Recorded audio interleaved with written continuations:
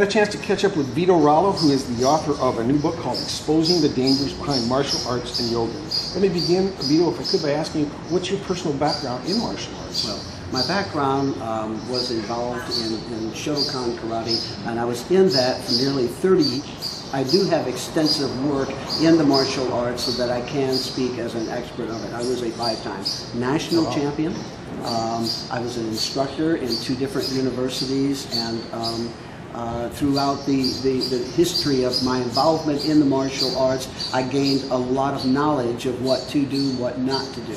So at some point then you got the revelation that Yes. this was not healthy, that That's there was right. dangers in it. So Well, when did there that was happen? How'd that happen? Well, that happened when about 3 years ago when I began to do some research. Now, I didn't want to do the research because the Lord had pulled me totally out of it. Right. But then there were church people and other people that got me back in.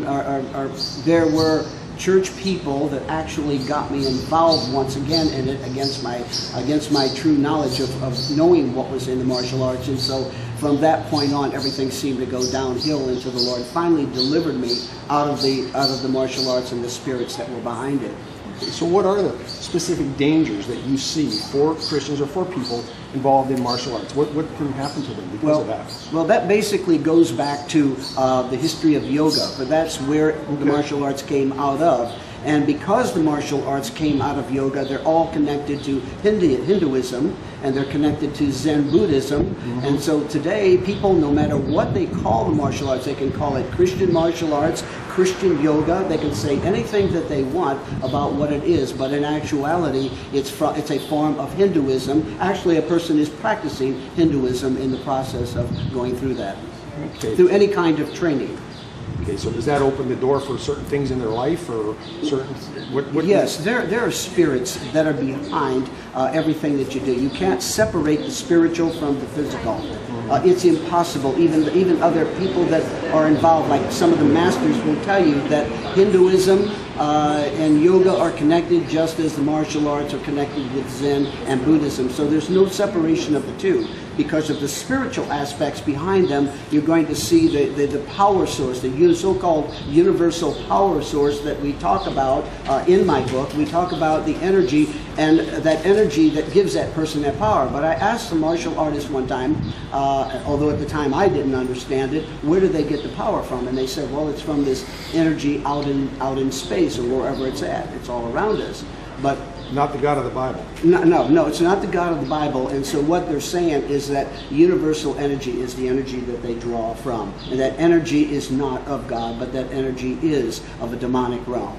What would you say to Christian parents maybe who are looking for programs for their children in the area of self-defense or martial arts? Are there any safe martial arts programs or things for children? My 50 years of knowledge of the martial arts says the opposite. There are no safe martial arts. They're all connected, both spiritually and physically. There's something about, but they're connected to a Hindu religion. And I keep going back to that because that same Hindu religion, for example, was practiced at the White House a couple of years ago, and they let 1,000 children practice yoga on the front lawn of the White House, and that would happen to be on the very holiest day that we have, which was Easter.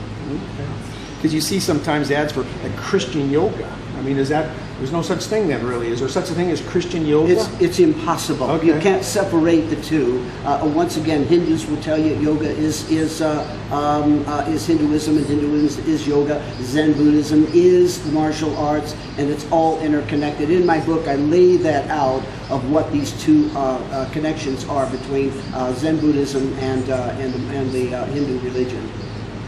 Well, Vito, thank you. We appreciate you taking the time today. Thank you so much. In order to legitimize the martial arts and keep it in a form in which it's palatable, where people won't believe that it's Hinduism or Zen Buddhism, they've given titles to it such as, given it titles such as Taekwondo University. This makes it palatable because people believe their children are being educated in some type of educational system. They are, but they don't realize what that education is or what's behind that education.